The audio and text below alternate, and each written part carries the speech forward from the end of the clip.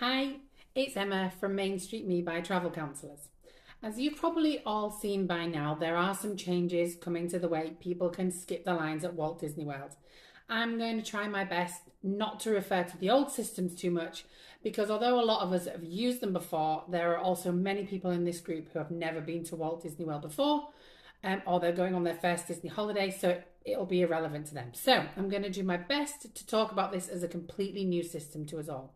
I'll talk about this new system and then go through how it looks like it's going to work best for us here in the UK.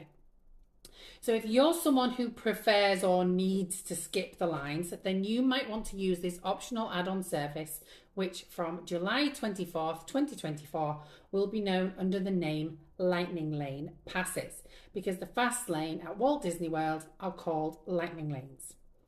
At Walt Disney World, there are more than 50 different attractions where you can skip the line, and how you do it depends on how Walt Disney World sees the demand for that attraction.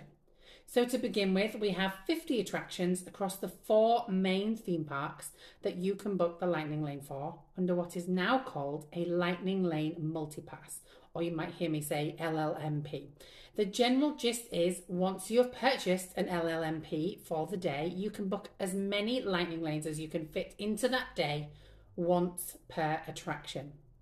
The other 5 are attractions that Walt Disney World considers to have much higher demand. Typically, these are rides that are very popular or very new, and these come under a different pass called the Lightning Lane Single Pass, or LLSP. This is just my little shortening, by the way. Simply put, the only way to skip the line here is to buy these individually. These are not included on the Lightning Lane Multipass. These both vary by day in price, and the Lightning Lane Single Pass also will vary by attraction too. So there's no really easy way for us to budget for them, but as a rough guide, the Lightning Lane Multipass can be anywhere up to $40 per person per day, and the Lightning Lane Single Pass could be up to around $20 per person per attraction. That's not every time, but they're sort of maximums. So how does it work? I'll get to explaining it now, and then I'll talk about any limitations at the end. So first of all, when purchasing a Lightning Lane Multipass, you must choose a park to start in for that day. Once you're actually in the park and using your Lightning Lanes, you'll be able to park hop and select ones across the different parks, but you must make your first 3 selections all for the same park. So in this example, let's use Magic Kingdom. All of the attractions for the LLMP across the theme parks are split into 2 tiers. As mentioned before, that's based on popularity and demand. So 3 to 5 attractions are in tier 1 and the rest will be in tier 2, with the exception of Animal Kingdom theme park where all the attractions are in tier 2. For a Lightning Lane Multipass, you'll start by choosing up to 3 attractions for that day. These can be 1 from tier 1 and 2 from tier 2, or 3 from tier 2. So for Magic Kingdom, you might choose Jungle Cruise from tier 1 and Haunted Mansion and Pirates of the Caribbean for tier 2. You'll also choose arrival windows at the same time, which are 1-hour slots for the attractions based on availability. Also at the same time, in the same transaction, you can choose up to 2 Lightning Lane Single Passes for the same day. Now, what isn't immediately clear at this time is whether these single pass attractions have to be in the same park too. I haven't found any information on that, especially since Magic Kingdom is the only park currently to have 2 single pass attractions. I'm hoping this will become clearer once that system is live. Now, a note for you here, you do not pay until after you have made all your attractions. Now, these are non-refundable, so please make sure you're happy with your selections, but also remember that you can modify at any time once you've purchased. Now, when you have purchased your first passes, you'll be able to then purchase for subsequent days for the length of your stay, if you're staying on site, or the length of your ticket, if you're staying off site, both up to 14 days. You'll also be able to modify your passes as well. And this is the recommended way to do it if people in your party all want to ride different rides.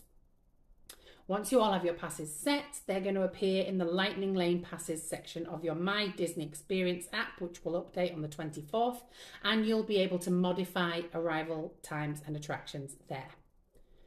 Then when you start to use your Lightning Lanes in the parks, once you've scanned into your Lightning Lane for your first attraction, you'll then be able to book another one straight away in the app from any tier in any park. So you'll always be able to have up to 3 in your plans, subject to availability.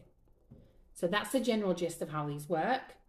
Now let's talk about our main issue here in the UK. It's that none of this can be done outside of the United States.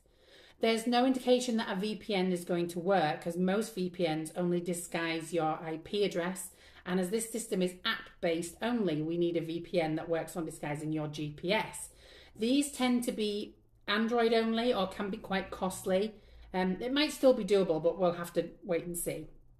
However, as these are bookable from 7 days before when staying on site, not only at 7 days before. So, for example, if your trip begins on the 10th of August, you can begin booking on the 3rd, but you can book on the 4th, the 5th, the 6th, etc., right up until the day you arrive, not only on the 3rd. And the same if you're staying off-site. It's from 3 days before, so your booking window would start on the 7th, but you can book any time from then. So with a little bit of planning, UK guests shouldn't actually need that VPN at all. Now, I think we know there are 2 main types of Disney guests, those who really love to plan every little thing and those who love to wing it.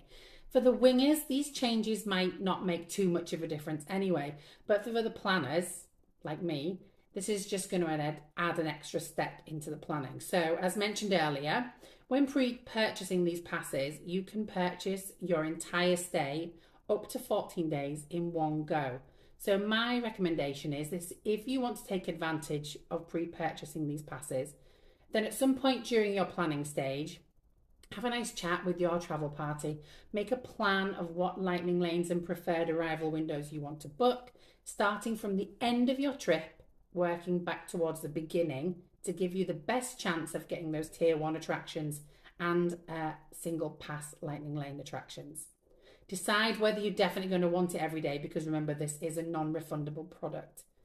You can do this at any stage in your planning, 6 months before, whatever. Have it ready to go so that when you arrive in America, whether on-site or off-site, you've unpacked, had your dinner, you're settled, and you're all prepared to start your holiday on the next morning.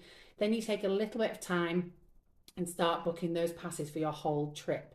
If what you want isn't available, you don't then have to spend that money, but I'd still get whatever you can with the knowledge that you can modify things as they start to change.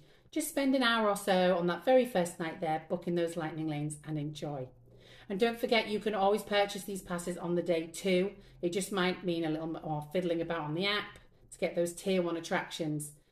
Also, don't forget, you can take advantage of early entry, rope drop, and extended evening hours if you're staying in a deluxe resort. And don't forget this: if you book your holiday with me at Main Street Me by Travel Counsellors, I am here to help you navigate all of these new things. If you've got any questions at all, please post them down in the comments, and I will answer as best as I can. So please do leave any questions, and that's it. Hope this has helped. Thanks.